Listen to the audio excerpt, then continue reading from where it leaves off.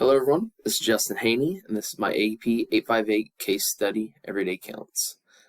Section 1, we're going to look at the case facts. I'm the new principal at Golden Oak High School. My superintendent has identified an issue of attendance with our high school. We are the lowest in the district. Teachers are kind of been in the same building for a long time. There's a very low turnover rate. We're having some issues with the athletic director giving special treatment to athletes. We're going to address the students, the parents. Teachers are not taking accurate attendance and not following state law. The superintendent wants this improvement to happen. Obviously, school achievement correlates directly with kids being in school.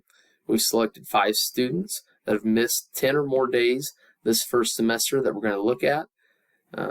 And we're going right into the fall semester, so we're going to come up with an improvement plan.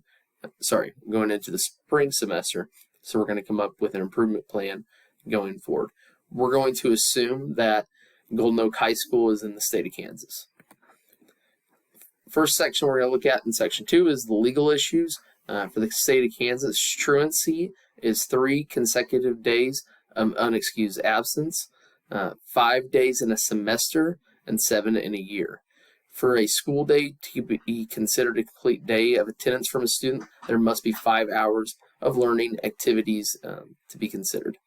Ethical issues, we want to ensure that well-being of students is taking place. So we're going to check on that, see if possibly attendance comes from not having well-being at home. We're going to set up for future success. By kids being in school, it's shown that it just creates good habits as they go into the workforce. It's ethically the right thing to do, as required by state law. It teaches kids responsibility, honesty, and decision-making skills. Low socioeconomic status students are 4 times more likely to be chronically absent. And the impact we're going to look at.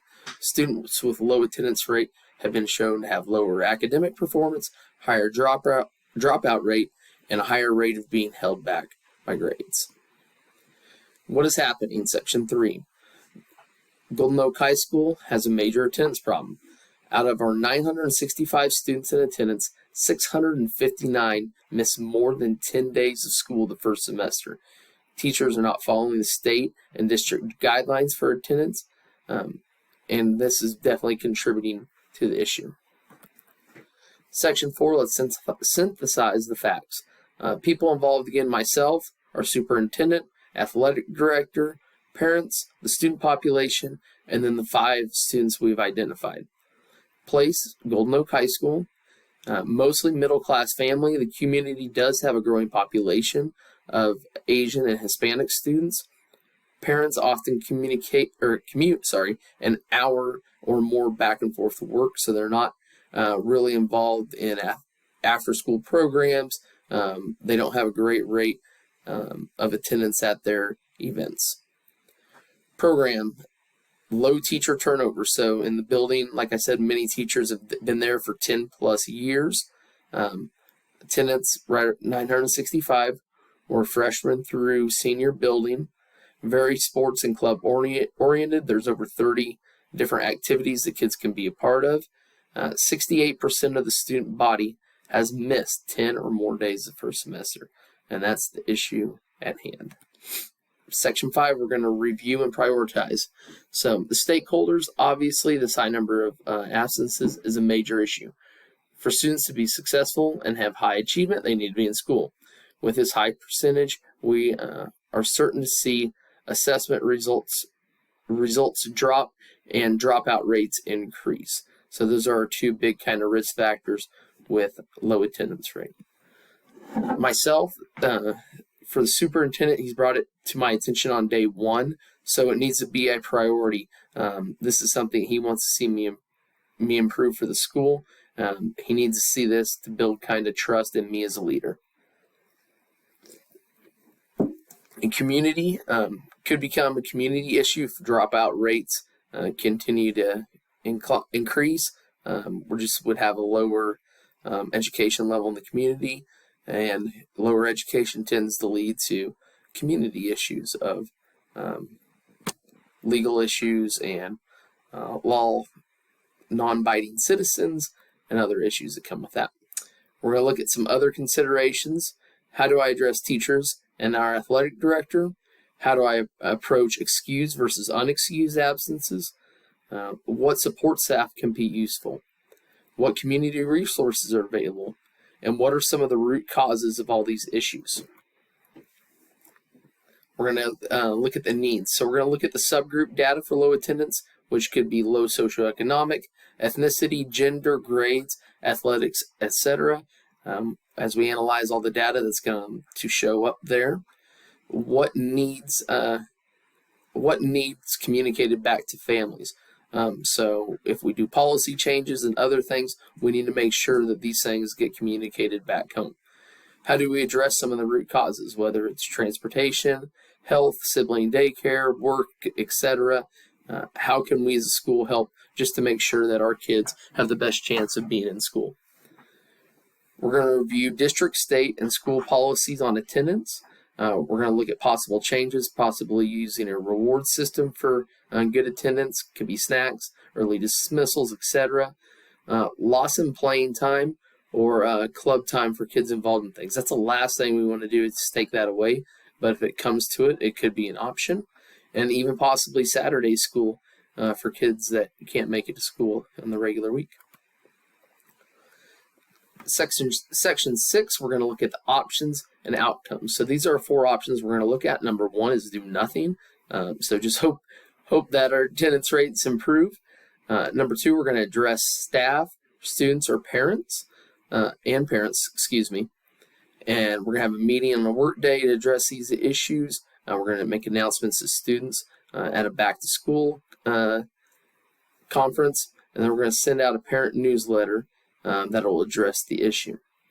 Our third option would be to establish new policies, work with our building leadership to establish these new attendance policies, rewards and repercussions for kids doing well and kids that need improvement.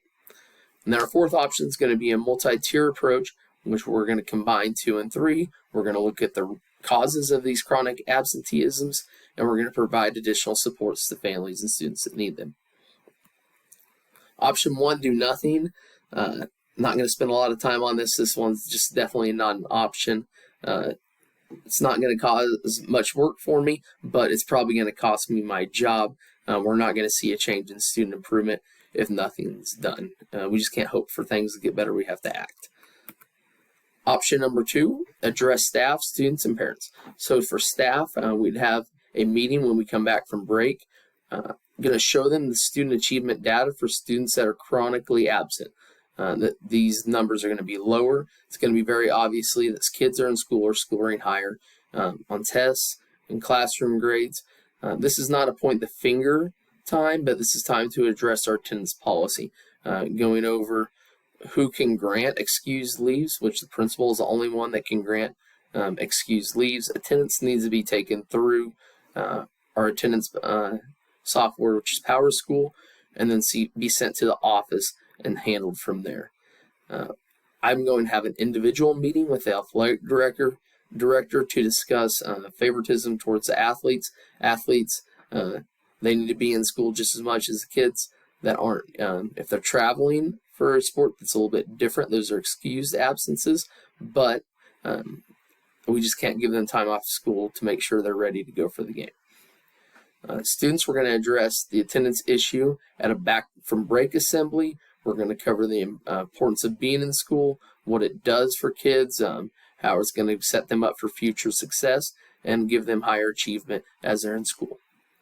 Parents, we're going to draft a letter to send home, just going over the data, showing how it'll set their children up for success, and we're going to make sure that these are sent home in their home language. That way everyone gets them and receives the information.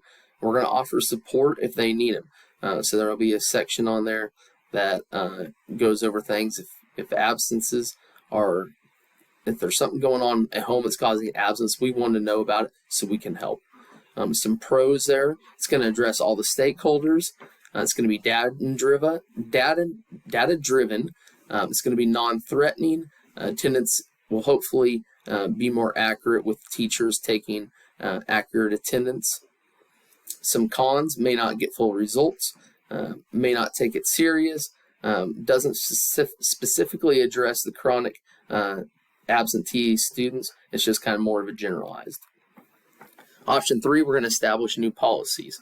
So we're going to be as building leadership team.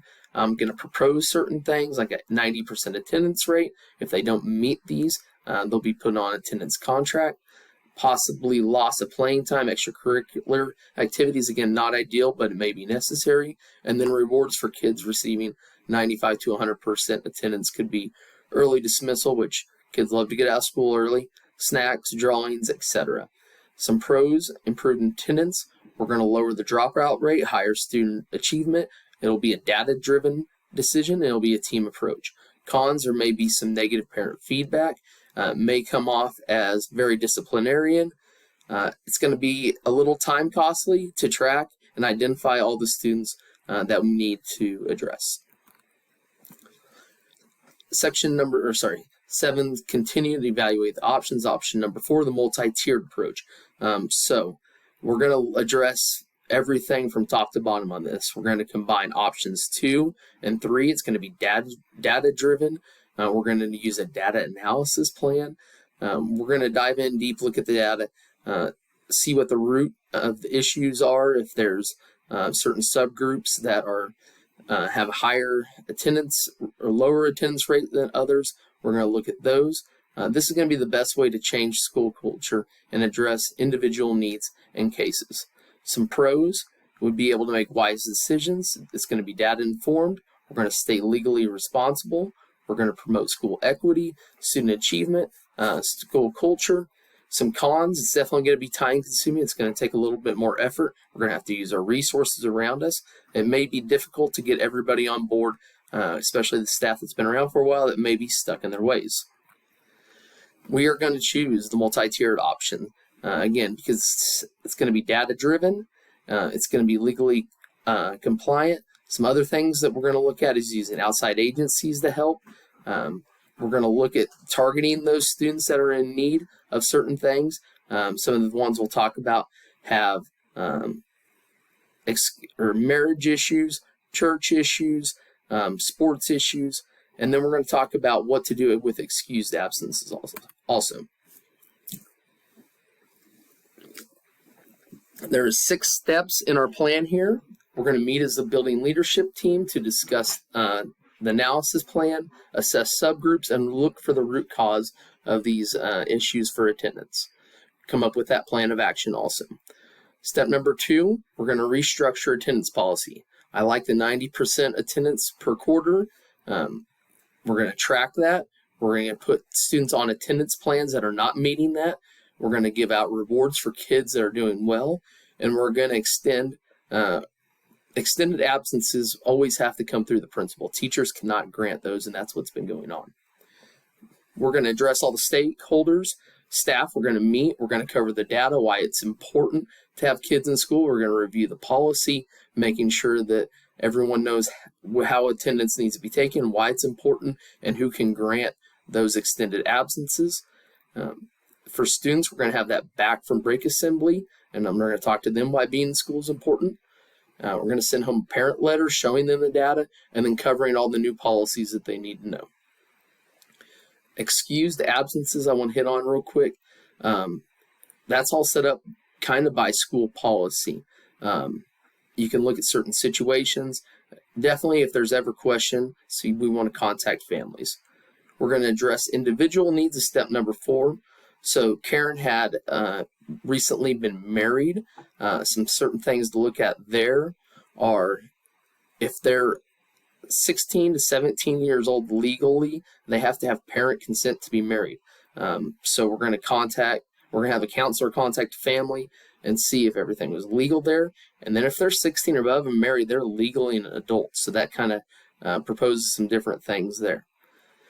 Tyrone, he had issues where his father was taking him on lots of trips and doing things. They were educational trips. That approval process just needs to go through the principal. I'm going to pause it here real quick because our time's going to run out. We're going to do another quick video.